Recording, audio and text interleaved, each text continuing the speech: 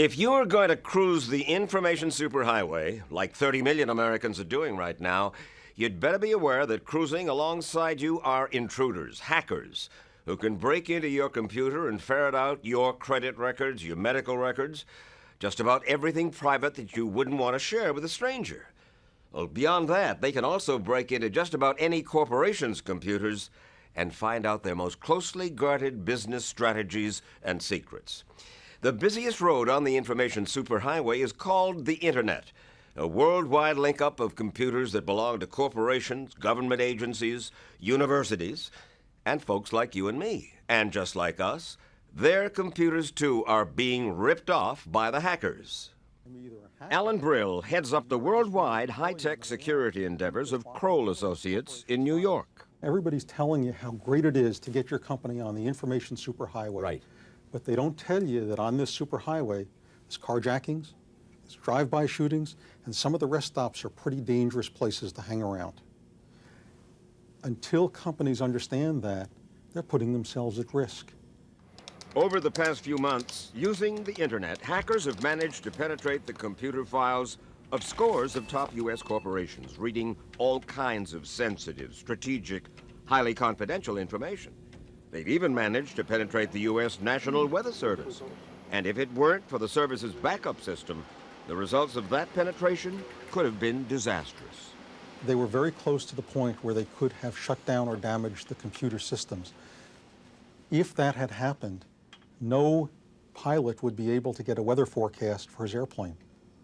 Commercial aviation probably would have ground to a halt. Who are these hackers surfing the Internet? Most of them are children of the computer age, obsessed by the mysteries of cyberspace.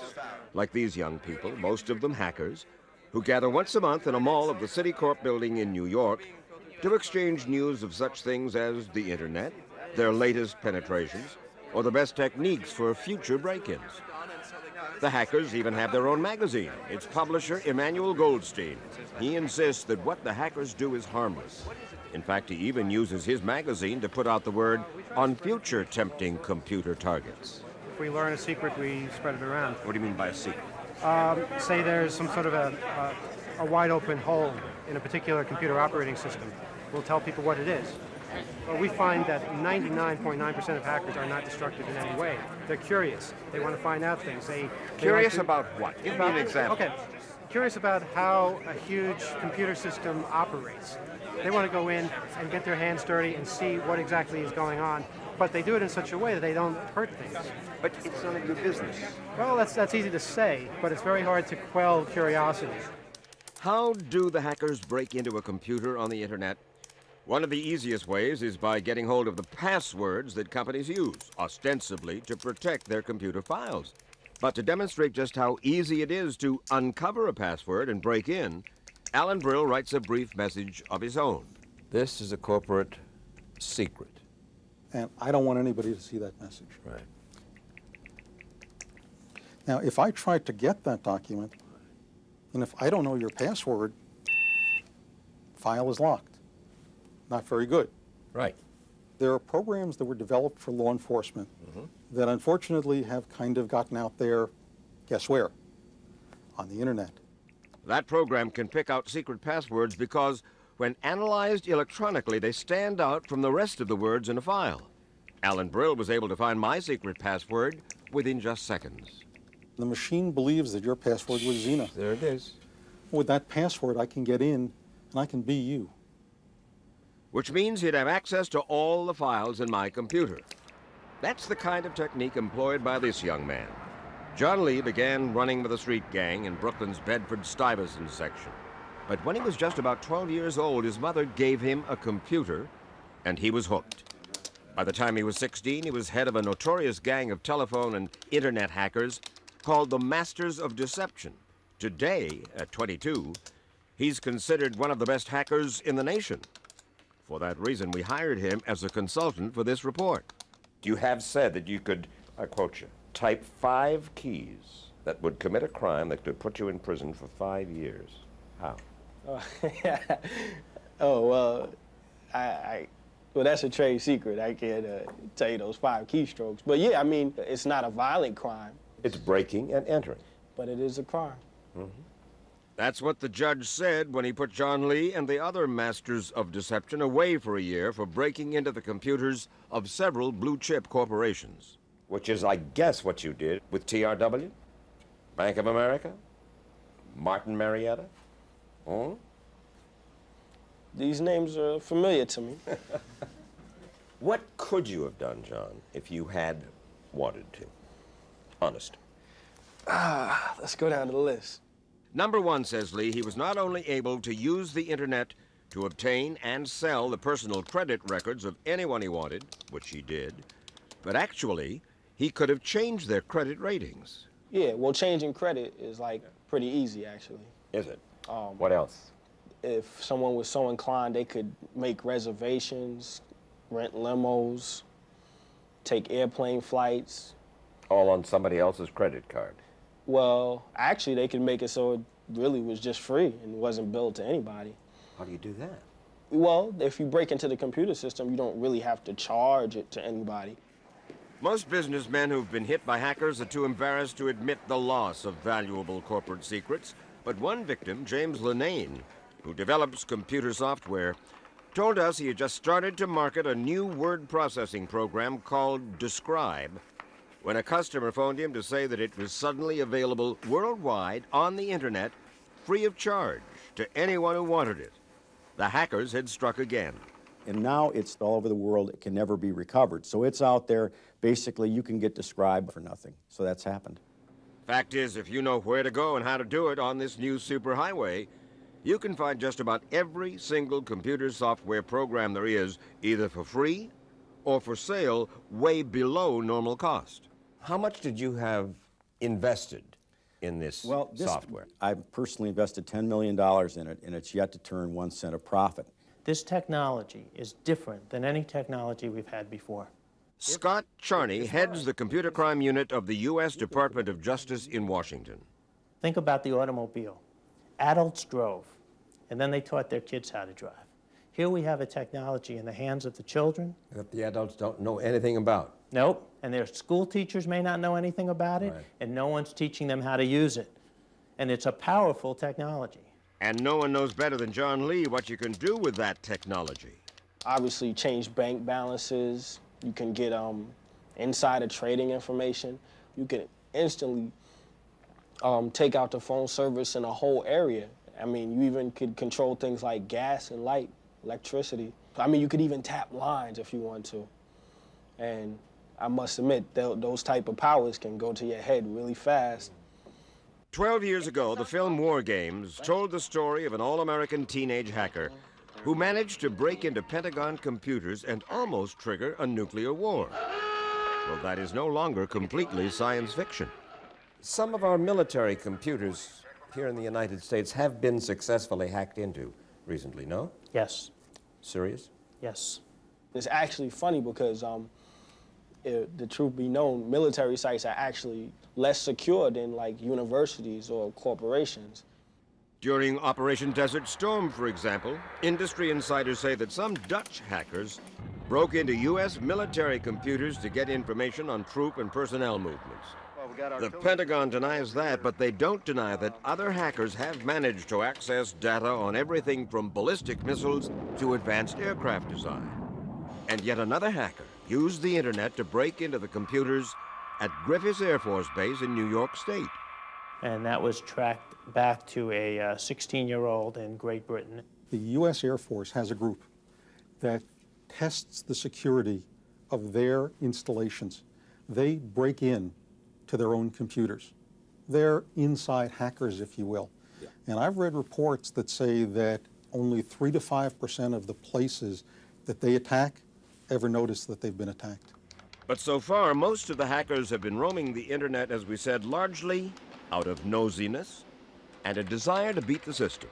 When I used to break into computers, it was a challenge to see how good they were versus how good I was. Well, as this government film sees it, that attitude's changing. As money mixes with ego, the cyberpunks are becoming better organized. Rarely working alone, they've now developed the power to intercept government and corporate databases, steal secrets, and destroy communications. Law enforcement officials are training to go after hackers who increasingly are turning their talents to criminal activity. There's a percentage of the U.S. population that's up to no good. So they're going to look at this technology and say, how can I commit fraud using this technology? How can I steal property using this technology? How can I injure people, if we're so inclined, using this technology? So the John Gottis of the future will be hackers, or the grandsons of hackers. Correct. The U.S. government also worries that the James Bonds, the master spies, and the terrorists of the future will be hackers. What we're seeing is that corporate espionage and government espionage has gone into the computer age. Foreign intelligence services have discovered that they have to help their national economies. And in many cases, the way to do that is with industrial espionage. Steal the secrets, jumpstart your industries without ever having to leave home. You mean somebody can sit, I suppose, from here? You could sit, if were you of a mind to, and enter somebody else's... Anywhere in the world. And that's the internet. One outfit that is supposed to help deal with these risks is the Computer Emergency Response Team, CERT, at Carnegie Mellon University in Pittsburgh. Funded by the U.S. government, its task is to help prevent break-ins on the internet by advising how to block them.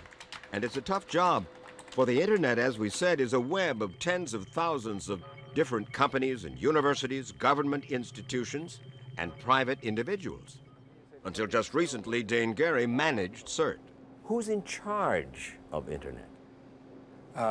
Mike, there's no one in charge of the internet. There is no network manager. There's no network administration at the internet level. The U.S. is now doing its best to make computer crime a crime worldwide because, as it stands right now, though hackers in the United States who break in over the internet can be prosecuted under U.S. law, that is not necessarily so with hackers overseas. That individual could well be a foreign government.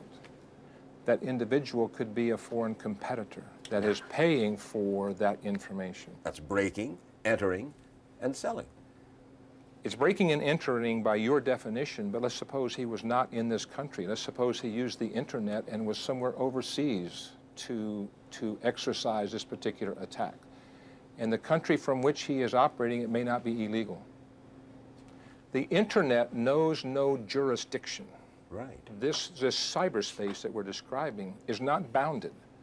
And there are places on the planet that don't know technologies, that have never had to address the issues of computer crime, and therefore it's not been determined that that activity is illegal. Nobody realized what the risks were when we first started out. We had no idea what it would become. Young John Lee again. He says, a hacker can always keep ahead of security. Always has new ways to beat the cops, so to speak. You cannot make a computer secure.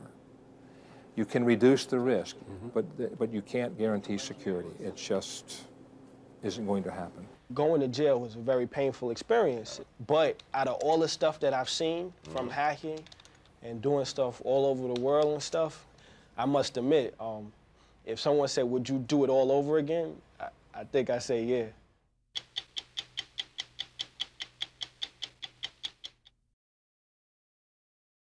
Have you heard that Microsoft is buying the Catholic Church? Have you heard about the organ thieves who kidnap travelers and then steal their kidneys? You haven't?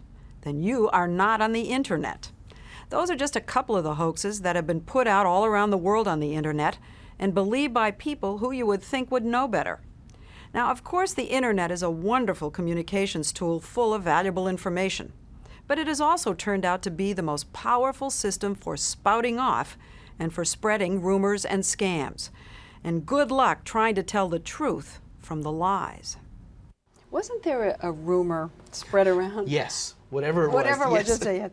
Our guide to online nonsense is Andrew Cantor, senior editor of Internet World magazine. Name a topic, and he'll find some kind of mischief. Say investments. Fast cash, instant cash, easy money. Just scroll down. Let's see how many. Well, there are about 2,000. We can tell from about 2,000. Or what about health information? There's lots of good stuff. So someone wrote in, I've heard about an arthritis cure using raisins and gin. Okay. saying whatever you want, goofy or genuine, asinine or accurate, and no editor to tell you no. That's the whole point of the internet. What if I just wanted to vent my rage at whatever? Or I heard a great story that I wanted everybody to know. Can I just get out there? Piece of cake. Piece of cake. Piece of cake. In about 30 seconds, Cantor turned me into an instant publisher on the World Wide Web. I'll use a little tag here to make it big. And I'm going to save the file. I have my page? There you go. I can go out there and say anything I want. Take me about 10 seconds to make this live on the internet. Live on the internet. That's where everyone wants to be, and a whole industry has grown up to help them get there. From the biggest company to a guy in his basement, anyone can have a site on the World Wide Web, and a whole lot better looking than mine. Fancy layout, full of photos and graphics, and they're all competing to pop up on your computer screen. The internet's huge. A lot of ways to find your way around it. There are things called search engines. Type in a word, type in a phrase, and it finds the information out on the internet, gives you a list. For instance, if you want information on last summer's jumbo jet crash, type in TWA 800. Whoa, the first link, TWA 800 cover-up. Ooh, there we go. Cover-up, cover-up, cover-up, cover-up. What the media is hiding, what the media knows and isn't telling us. More of what the media is hiding. Here you have TWA 800, the facts from a different place. Oh, the streak of light reported to hit the plane followed the course like the outline of a parabola, not unlike a guided missile. I like that, not there unlike. It is. Boy, and doesn't that look authentic to you? Yes, fact one. There are thousands of wild theories on thousands of authentic-looking websites. Take this site. Hundreds of pages of conjecture and hearsay masquerading as fact. And this is the man behind the site, J. Orland Graby of Reno, Nevada. He has a Harvard PhD, but now he's spouting conspiracy theories in cyberspace. He says that Commerce Secretary Ron Brown was murdered and that the Israeli Mossad was involved in Vince Foster's death. Graby insisted on meeting us at a Reno bar named Area 51 after the secret Air Force base in the Nevada desert. You have a platform around the world. Yes, I like to think that in those small, narrow subjects in which I'm actually writing about, I'm competing with the New York Times. I mean, when you say you compete with the New York Times, it's actually true. If you bunked in TWA 800, you might get a couple of articles from the New York Times. Correct. And you'd get a couple of articles from you. And an unsophisticated person really wouldn't be able to distinguish in terms of accuracy, validity, checking, journalism. Well, all that's of that. true. That is, there's the good side of this is that everyone can become a source. The bad side is that everyone can become a source. Now you say flat out that TWA 800 was shot down by a phosphorus-headed missile. Yeah. You don't say it's a theory. You don't say maybe. You don't say there are indications that. You just say it. Yeah. And you don't that's have what any I have proof to say. Yeah, but you don't have any proof of that. Well. So? So, if you're getting your information from the internet, be prepared to encounter the likes of J. Orland Graby. But at least he puts his real name on his nutty ideas. On the internet, anyone can pretend to be anyone else. Remember that site it took Cantor about 10 seconds to make for me? I could have that say Mike Wallace's page. Then I could go out, wouldn't be nice, but I could go out and say whatever I want, and it would be under his name, but I would be doing it. Changes from Lesley Stahl's page to Mike Wallace's page. But it's still my page. Correct. The same anyone can pretend to be anyone principle applies to basic email. When you get an email, it's supposed to have a return address so you can tell who sent it and from where. Not that I'd ever want to do this, but could somebody send an email message and make it look like it was coming from somebody else? Oh, easily. Want me to show you? Yeah, show me. All right. What I'm going to do is tell it that I am you. So, you're going to be me. You're going to send a message and sign my name, and everybody's going to believe it came from me. Right. The way he made the fake Lesley Stahl email believable was by somehow rerouting it through the CBS News computer. So it has not a stamp of approval, but to someone who does a little bit of extra checking, they'll see, well, it did come from CBS. It did not come from Internet World Magazine. Oh, there we go. A message from Lesley Stahl. Lesley at CBS News. Thank you for a great interview. Let me ask you something. And it's from Lesley Stahl. Could you do something as wild and probably inappropriate as you sending me a message from the president that was routed through the White House computer? Piece of cake. Exactly what I did now, except instead of Lesley at CBS News, president at whitehouse.gov. Send it through the White House computer. Not a problem. That is astonishing to me. And when I discovered I could do that, as I did, I wrote a letter to the White House people saying, I can do this, you should make it inaccessible. And that was months ago, and I bet they haven't done anything about it. Is this forgery? I guess, yeah, I suppose it is. In a way. In a way, because I'm fooling someone. I could send this to someone, and I could fool them. Forgery, fakery, falsehoods. They're everywhere on the internet. And rumors are so rampant that cyberspace is becoming a dangerous place, especially for corporate America. That's where it's important for a company to really be prepared. James Alexander is in the business of listening to the internet. His service, eWatch, electronically monitors hundreds of thousands of new internet messages every day. More than 200 big corporations pay for daily reports telling them everything that's being said about them online. Everything. The good, the bad, the lies, and the rumors. There have always been rumors about big companies. Procter & Gamble was called satanic at one point. Is this that different? The problem now is that people are out on the internet, instead of telling 20 people, they're telling 20 million people. And that's the issue. And they're doing it instantly. And they're doing it instantly. Alexander's company watches not just websites, but another huge part of the internet, news groups. Those are thousands of online conversation groups covering topics from UFOs to gardening. It's in the news groups that rumors often start.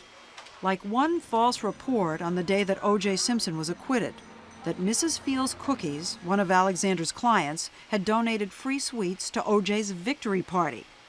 Instantly, an effort to boycott Mrs. Fields was underway online. Now, over the next 2 days, which happened to be a weekend, that rumor migrated to 8 major high-profile news groups. By Monday, they had seen a single-digit drop in sales that was inexplicable, and they decided at that point that they had to respond. We didn't do it. It's not true. End of rumor. But you can't kill a rumor you don't know is there. And most companies still don't. To illustrate, we signed 60 Minutes up for the eWatch service to see what's being said online about us. And the subject line is Mac Horn 60 Minutes. Mac Horn was interviewed in a recent Ed Bradley story. Horn publishes a guide to sex tours of Asia. And basically he's saying, how much do you think they paid Mr. Horn for his interview?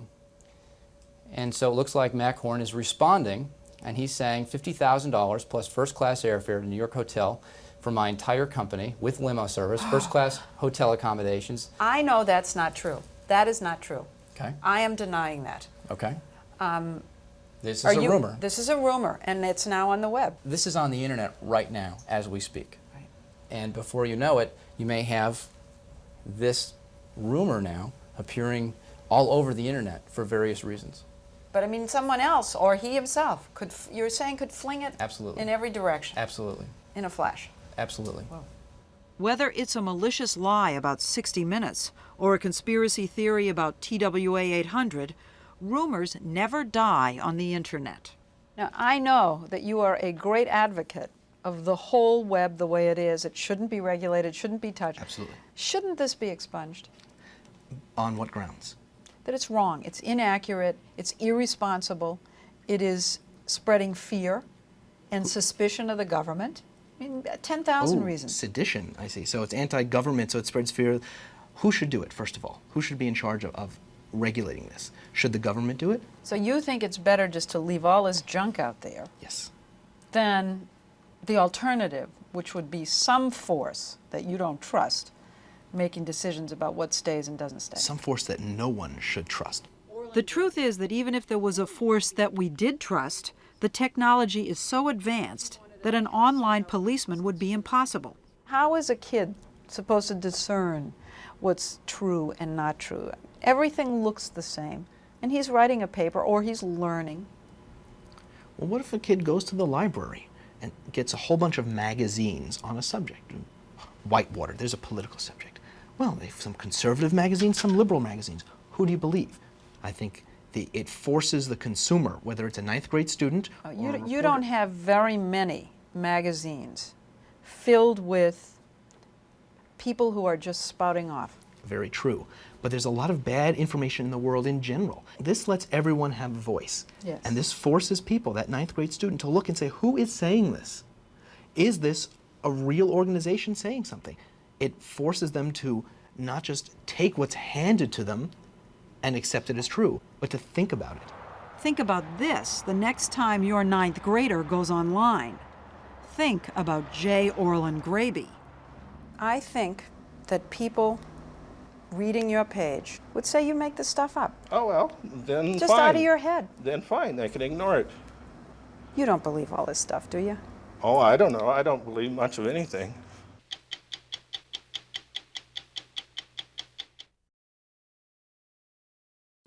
Since we first broadcast our report about online privacy late last year, countless other stories and a couple of government investigations have confirmed what we first discovered, that the Internet is proving to be about the least private place on Earth.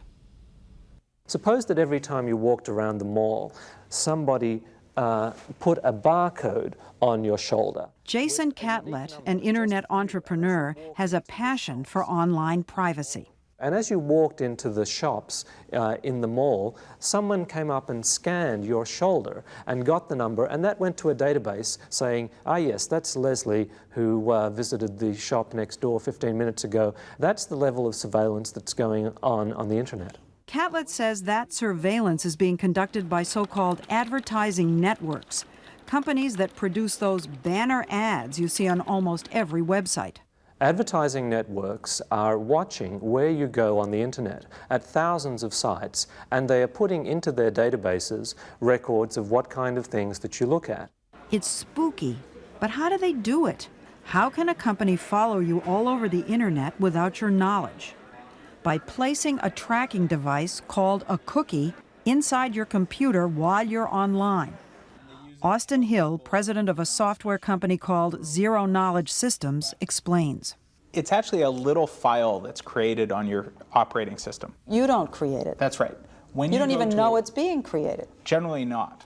It's kind of a digital tattoo, so they can remember you and recognize you when you come back. All I do is click on and I'm announcing, it's me, I'm here, come follow me. I'm back. The ad networks are using cookies not just to track your Christmas shopping, but to build an elaborate profile of what news you read, even your health concerns, all in order to decide which ads to show you. Each ad is targeted based on your browsing history and the profile that they've built up about you. So if I go on to CBS.com on a computer, and you go on to CBS.com, are you saying that we'll see different ads? Yes, you can read the same story, you will see different ads. My ad is just for me, and you're, because they know what I like to buy and what I'm interested in, what I'm most likely to spend my money on? That's right. Those little cookie files on your computer don't include your name, just a serial number. But with 90% of the top websites now asking for personal information, Catlett says ad networks have an easy way to make the match. This site, for example, Oh, says... look at this. Win $1 million instantly. Click here. So we scroll down, just fill out this form. Your name, your initial address, your postcode, your email address, your birthday. Okay, so they're offering you a sweepstakes, really, in exchange for Your personal this information. curriculum vitae. What you don't learn, unless you wade 18 lines deep into the fine print, is that this site is owned by the biggest of the Internet ad networks, a company called DoubleClick. So this is where DoubleClick is getting the information that you provided here so that they can identify you by your name, address, and any other information they've put together in your profile as you move around those thousands of sites. DoubleClick and some of the other companies building profiles do offer consumers the opportunity to go to a website and say, in effect, "Don't do this to me anymore." But the average internet user has no idea who DoubleClick is, so they don't even know that they're dealing with this company. The average surfer has no idea that there's this company out there following them around. That's right. Truth is, all kinds of non-internet companies have been following us around for years, gathering information on us. Mail-order firms, credit bureaus, banks. And more, they're combining their databases with these online companies.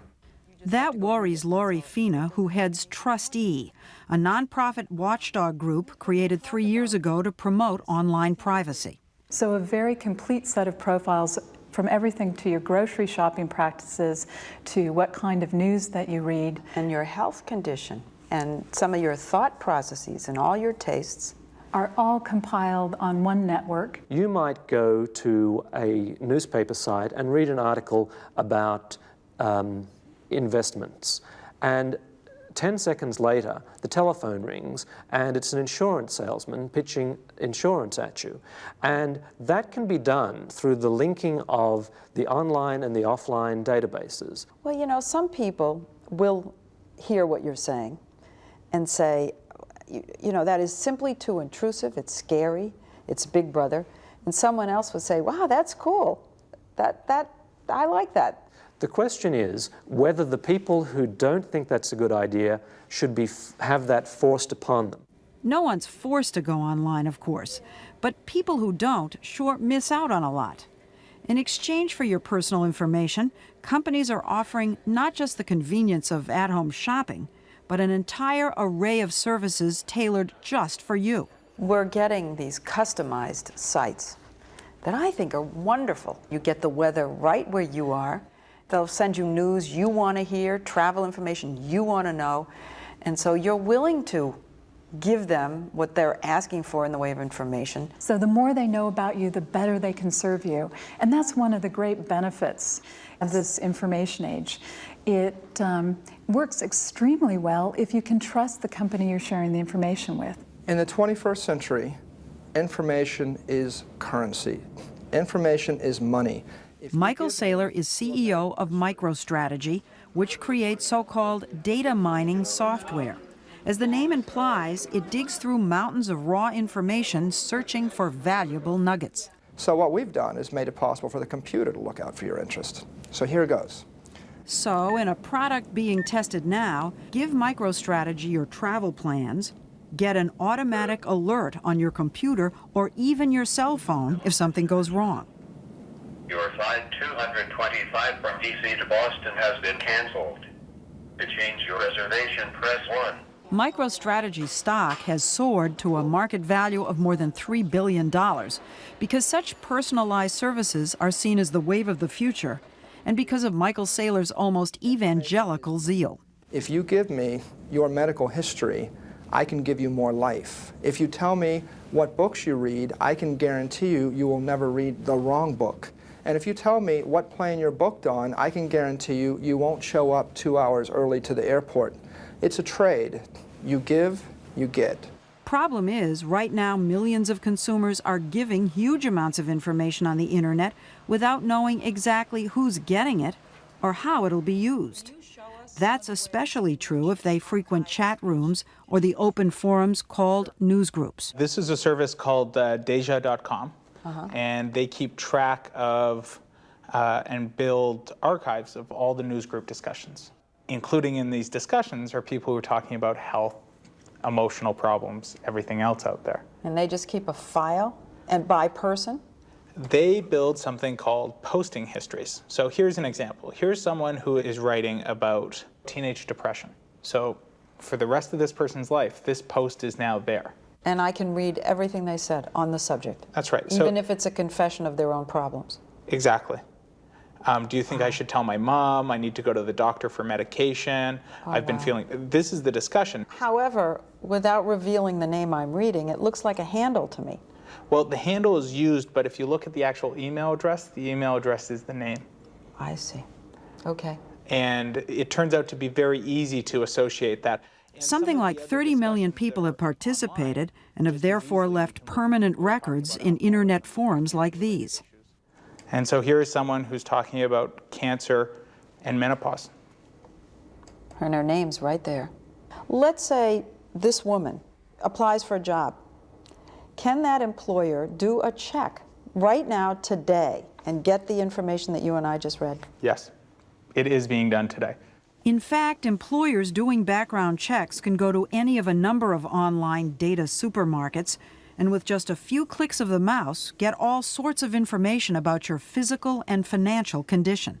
The fact that we have no barriers or no rules on who gets access to this data leads to some of the privacy problems. There really aren't any rules other than a new law protecting children's privacy online. It's a free-for-all out there because internet companies have fiercely opposed government regulation. Instead, they've embraced voluntary programs like Trustee, which is a kind of good housekeeping seal of approval for internet privacy. But all it really does is tell consumers that a website has a privacy policy and how to find it. When you see that Trustee seal, that alone does not guarantee that your privacy will be protected. Is that correct? Correct. That seal does not mean that that company is not sharing or selling the information to someone else. Correct. The internet companies that underwrite her program are not going to be happy to hear this, but Lori Fina's ready to admit that self-regulation like Trustee just isn't enough. We don't have systems in place beyond the voluntary system. So what happens for all of the companies that don't choose to volunteer to give notice, consent, access, and redress? There is no safety net there. Michael Saylor, whose company stands to make billions from personal information about all of us, says even he's ready for the government to step in. If I was Henry Ford and you were to say to me, Henry, what do you think about government regulation of the automobile business? I would say I'm totally in favor of speed limits, stop signs. These things are going to make people more comfortable on the highway. And if they like driving on the highway, they're going to buy more of my cars. So I'm not against enlightened government regulation. I think that the government needs to get very, very educated on what's going on the internet, and they need to make the internet a safe place for people to go. Meanwhile, in this unsafe cyber world, new privacy technology may be a wary consumer's best protection.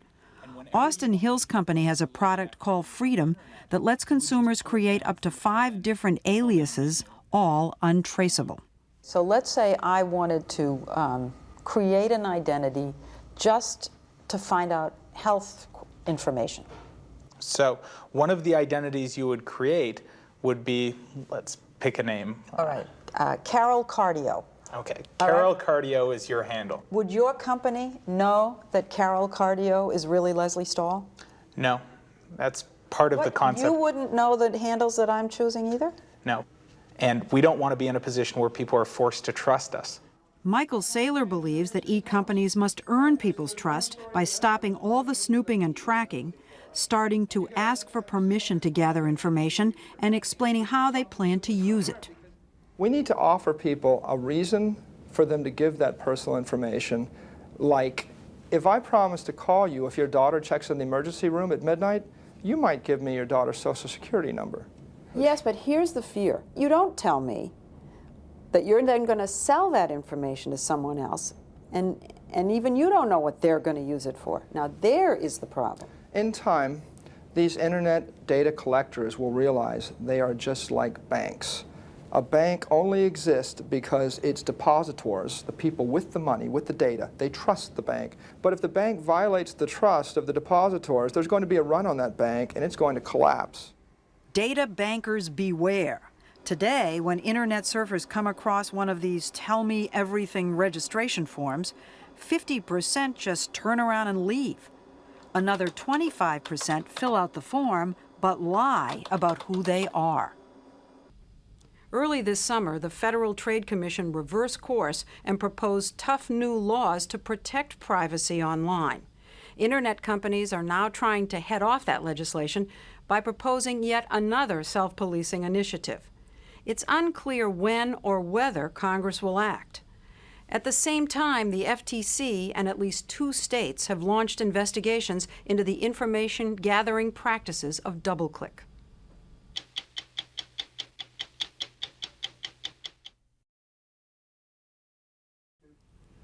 Once upon a time, not too long ago, a kingdom called cyberspace was men's country. Men searching and surfing, boys of all ages playing games. And no wonder, it was created by men for men. But then women began to get interested.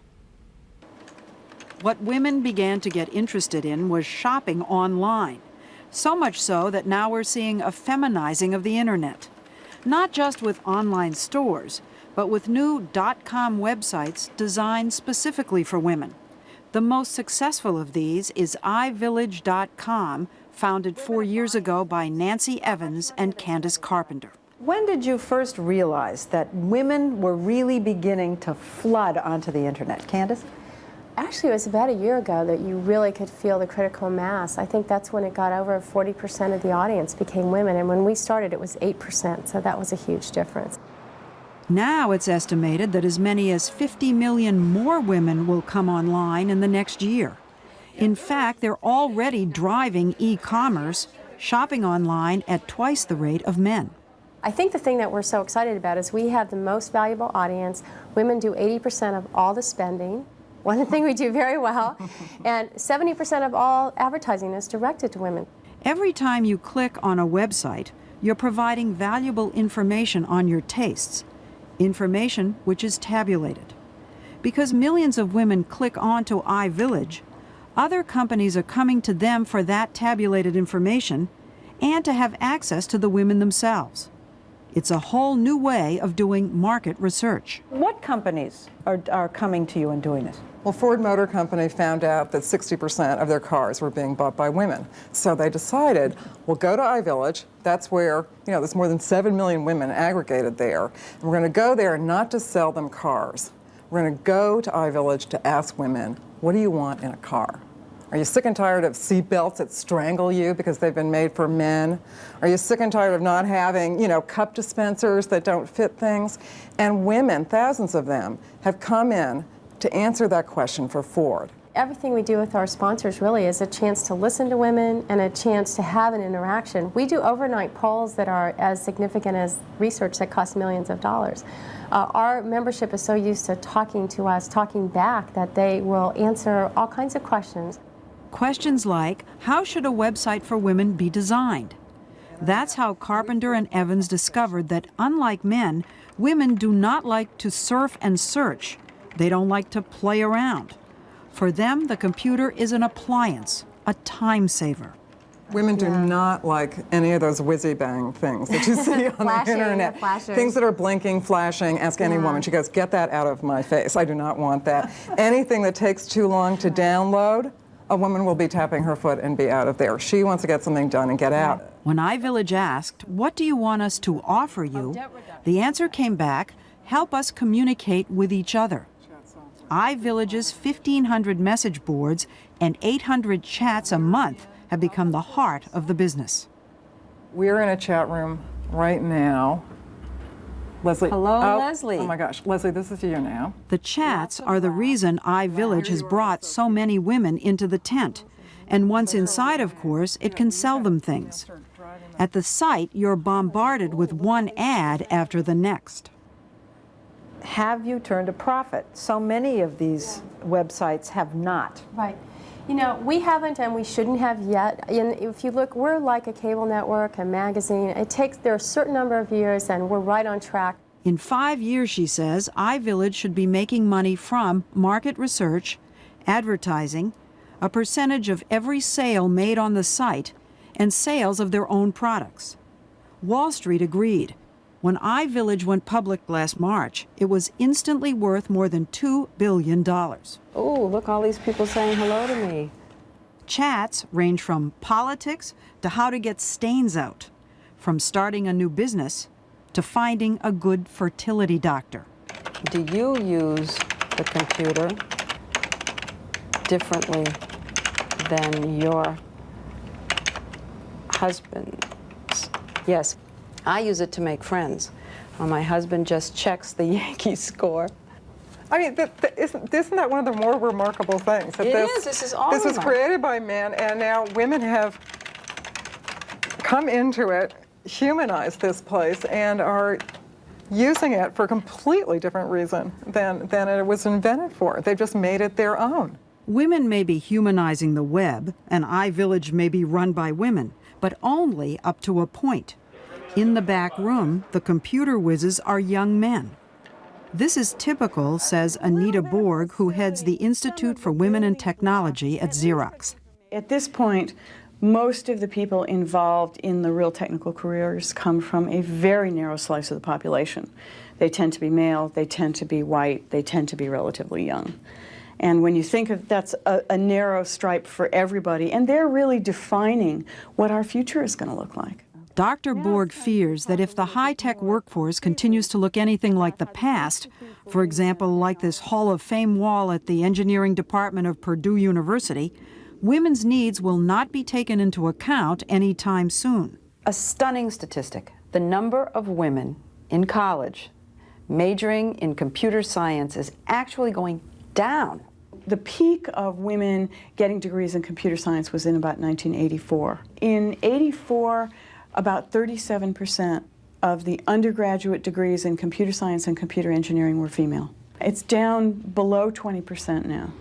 The problem comes at a time when technology companies are facing such a severe shortage of computer scientists, they're recruiting in foreign countries.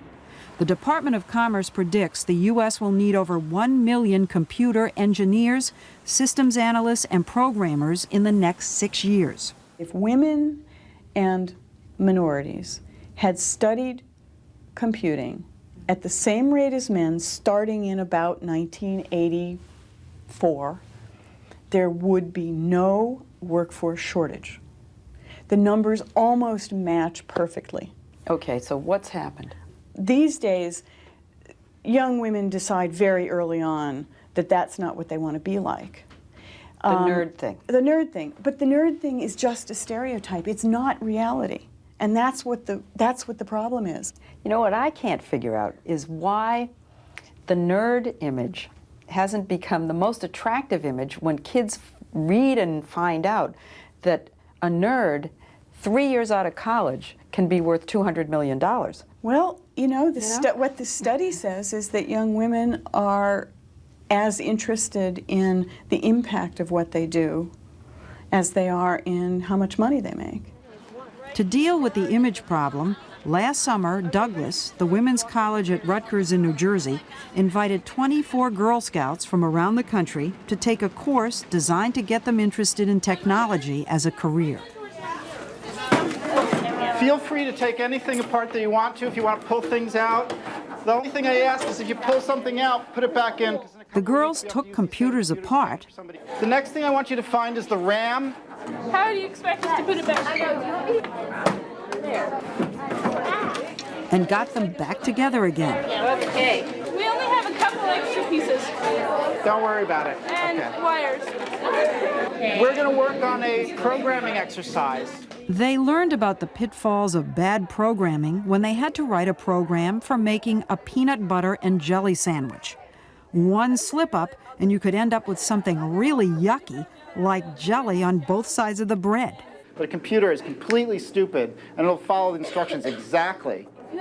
The purpose of the exercise was to show that in the right setting, girls can be just as enthusiastic about computers as boys, and can learn to be just as technically proficient. From this work with the Girl Scouts, there seems to be an idea afloat that girls and boys should be educated separately when it comes to technology. That when girls are in an environment where they're having fun and don't feel challenged and threatened by the boys, they do better. I don't know whether that's the right solution in the long run, but it seems to make a difference now. You know, there's an age at which boys are elbowing girls off of things and the girls back off. Suddenly, when you set it up so that doesn't happen, girls participate at exactly the same rate that boys do. Just click here. Okay. To my surface. Yes. But what if you set it up right from the beginning? Edith Harrell, founder of MamaMedia.com, is trying to prove that you can create learning games that little girls will love. She's building an internet playground for the clickerati, kids growing up with the internet and our future workforce. Boys, we know they love to play with construction kits and take air conditions apart. But girls are not very attracted to air conditions. But we give them something really similar, only digital here, so they can pick up different kinds of really funky gadgets. And suddenly their imagination goes wild, and they tell you stories for hours. Every month, 1 million children under the age of 12 are logging on to Mama Media. Using the same technological polling that iVillage does, Harrell has the chance to find out exactly what kids like, boys and girls. Studies have shown that girls make up their minds about whether they like the computer by 3rd grade. Harrell says that if girls find their interaction with computers fun, they will be more inclined, as boys are, to think about technology as a career. One thing for sure is that if you give them equal access to technology from a very young age, you will see that they're passionate about learning and playing with technology in the same way. Both of them think that learning and playing with technology is cool. No one is more devoted to making technology cool for women than Anita Borg. When we're doing our brainstorming and thinking up ideas. She used to be a top computer scientist at Digital Equipment Corporation. Now she spends all her time at Xerox trying to bring more women into the field. This is meant to be a little bit of an exploration to expand thinking a little bit. What she's doing is holding workshops like this one, where technical and non-technical women sit around in small circles and brainstorm about what they want future technology to do for them. Scanner kind of thing, where you just scan the person's head or something like that, and then you would know what kind of symptom this person has. For example, I have like flu or allergy. I think I'd like also to have more voice-activated systems for the home, where you just say dim the lights, or you say turn on the oven. I'm going to have an implant, so that in the morning when I get up, it's going to say you've had too much cheesecake. You thought 3 miles would be good. Keep going. It's going to hurt the field for us not to be there. It's going to hurt the output of what we create. Women bring richness and different perspectives and shifts in everything from priorities to the actual way they look at the thing they're going to create. We had a woman say to us, now, do you think that a woman would have created the mammogram machine the way it is now? You know, it just brings it right home. Absolutely. And that's the whole point, she says. If companies have women designing those products, those technical products, then it's more likely that they're going to be able to appeal to that huge women's market. They're just And figuring this out. Some of them are starting to figure it out. A small postscript. Evelyn Lee, who produced that story, now works for iVillage.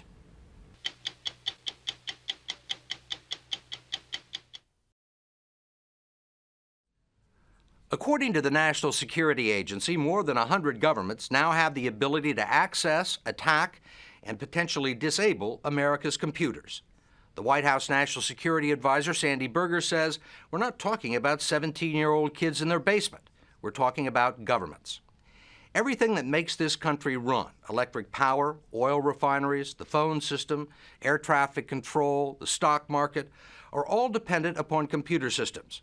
Systems that more and more are interlinked and vulnerable to intruders through the internet.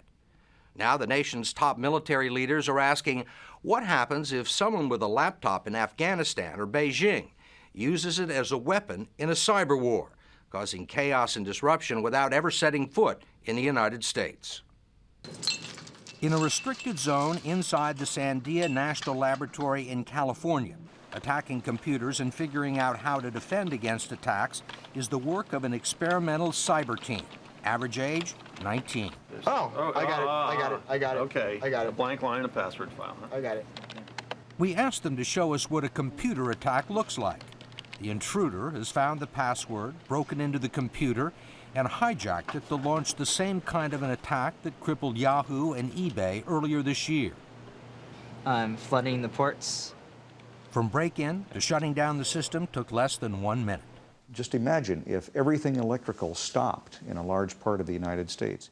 Senator John Kyle from Arizona was one of the first on Capitol Hill to recognize that the more wired the United States becomes, the more vulnerable it becomes as a cyber war target. Our power grid now consists of a series of computerized switches that transfer power all over the country from the source of its generation to where it's needed. If those switches are interfered with, and they can be interfered with as a result of this kind of hacking into the computers that regulate them, then that power can be shut off or can be sent to the wrong place, resulting in blackouts.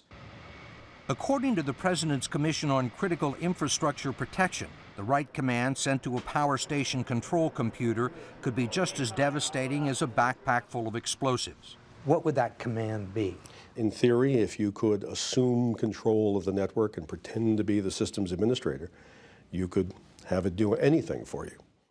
Richard Clark is the White House coordinator for security, infrastructure protection, and counterterrorism. Let me project a possibility in the future. What if one morning we're told by the drug cartel in Colombia, either the United States pulls out of Colombia, either the United States stops killing the cocaine plants, or else there'll be an information warfare attack on Houston. Information warfare is just another way of saying cyber war. One weak spot is the increased reliance at refineries, power plants, and water systems on something called SCADA, Supervisory Control and Data Acquisition Systems. These centralized control systems make it easier to cause serious damage and disruption by shutting down water flow to New York City, for example, or starting refinery fires in Texas from a laptop halfway around the world. Instead of using cruise missiles and bombs, as NATO did in Serbia, in cyber war, you use cyber attack, but they could have the same effect. What are the advantages and what are the disadvantages? I think people assume that one advantage could be anonymity, that an attack might occur and you wouldn't know who did it. If you're going to do a cyber attack, you could do it from the other side of the earth.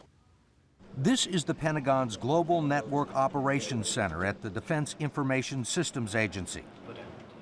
Here, U.S. military personnel deliberately attack and penetrate defense computers to test the system, and they succeed more than half the time. They also track intruders probing Pentagon computers. General John Campbell runs the Pentagon's Joint Task Force on Computer Network Defense.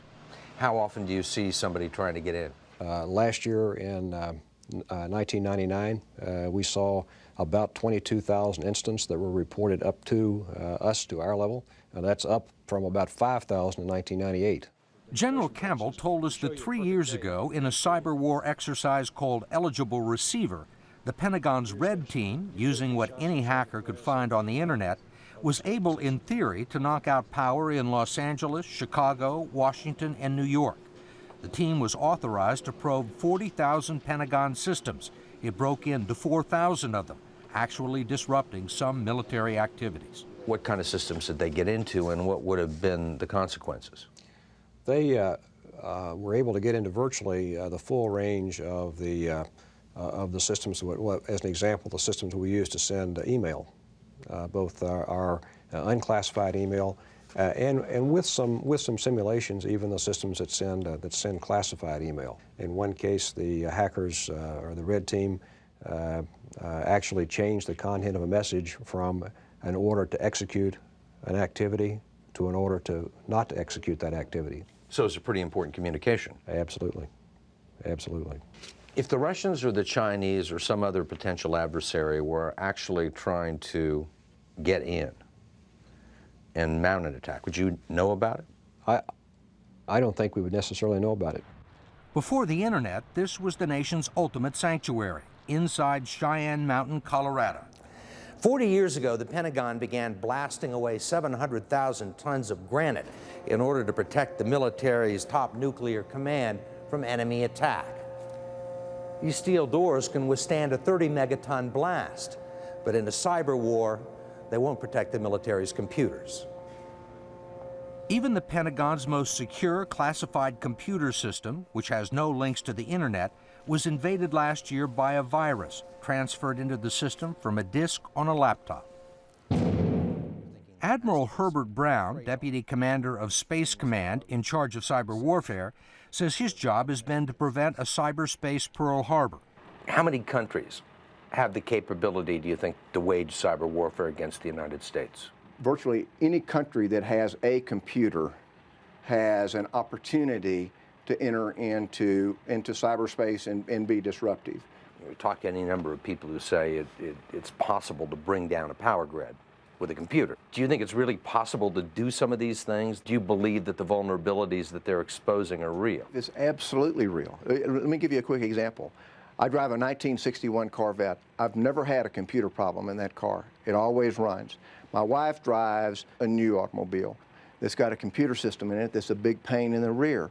And it's because a computer chip or something, one little chip, brings that wonderful automobile to a complete standstill. So why would you think that that a grid that's dependent upon computers wouldn't be like that automobile? I mean, certainly it is not, this is not theory, this is very real. One country concentrating on cyber war is China. It's already sparring in cyberspace with Taiwan. Just last month, the Chinese Army Daily warned, perhaps one day people will wake up in the morning to find out all the phone systems are down, computers hacked by viruses, the state treasury being emptied. We think that the Chinese probably have the biggest program from the standpoint of being able to attack our infrastructure. Bill Triplett is a senior staffer on Capitol Hill monitoring cyber warfare and a specialist on the Chinese military. What makes you so sure that the Chinese are really interested in using cyber war as or adding cyber war to their arsenal? It's inexpensive and it's a way to get serious bang for the buck. U.S. forces, which invented cyber warfare, have already fought computer battles against the Serbs. The chairman of the Joint Chiefs says the U.S. launched a successful information warfare attack to confuse and disable the Yugoslav air defense system. They inserted false messages in targets to protect NATO aircraft. One U.S. official disclosed that President Milosevic's friends were targeted for harassment. And after President Clinton issued a finding, the CIA was instructed to wage a cyber war against Milosevic himself. There have been reports that the United States or NATO got into Milosevic's bank accounts. Neither moved money or threatened to move money. I've heard this report. You can neither confirm nor deny. I neither confirm nor deny. That answer and the smile seems to be saying there's something here. Let's put it this way. Look at what happened. That we went after his army and we got nowhere. I mean, at the end of the war, all of the tanks paraded out and we didn't hit the tanks. We then started going after, quote, civilian infrastructure. But you're dealing with a dictator who is very similar to Saddam Hussein in the sense that he doesn't care what happens to his own people. And then all of a sudden, somebody came to visit him, and the next day, he quit. Now, what is it that we could do to him, as opposed to his people, which he doesn't care about, that in fact would make him think twice? Freeze his bank accounts. That's right. Or take the money. Or threaten to. Did it happen? Can't tell you. Because you don't know or because you're not allowed to say? If I answered that question, then you would know.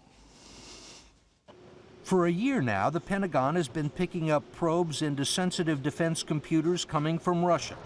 Codename Moonlight Maze, some regard it as Russian espionage. Others say it's impossible to tell. Russia may just be the last stop in someone else's hacker trail. The White House is watching closely. I think what's going on right now throughout the world is cyber war reconnaissance, where many nations, half dozen at least, are scanning each other's networks to get a good map of where the key things are and what the key vulnerabilities are of those networks. So you might think of it as pre-war reconnaissance. Are there systems you can't get into, or can you get into most? You can get into any system. There's always a way. Jeff Fay is a top hacker who now works for Infrastructure Defense, an advisor to the National Security Agency. He breaks into networks in order to protect them. Most systems, I can find a vulnerability 30 minutes tops. So if this is my office computer and you want to get into my office computer, you're already in. Exactly.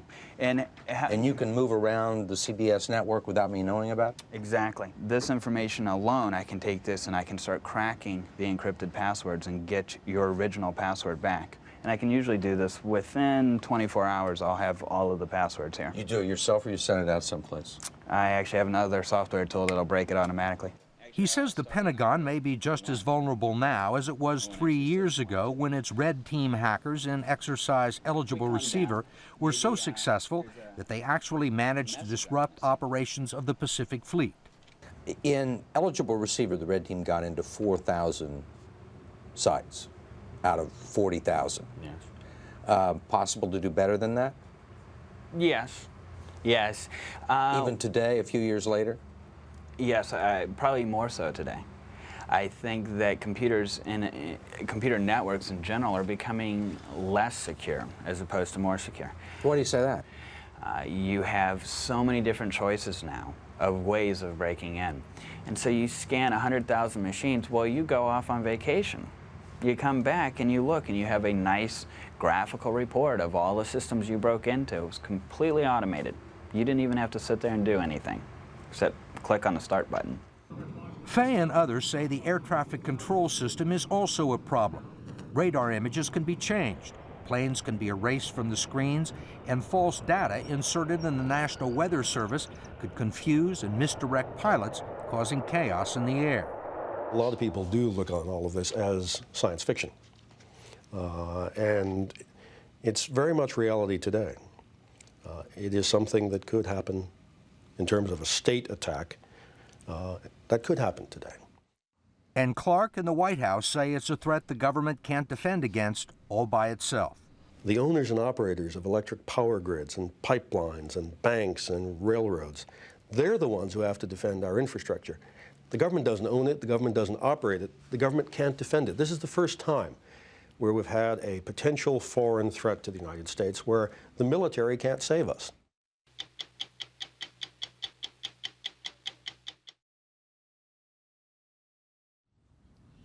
When someone at 60 Minutes, not me, but one of the old-timers, asked the other day, where is cyberspace, Andy volunteered to go find out.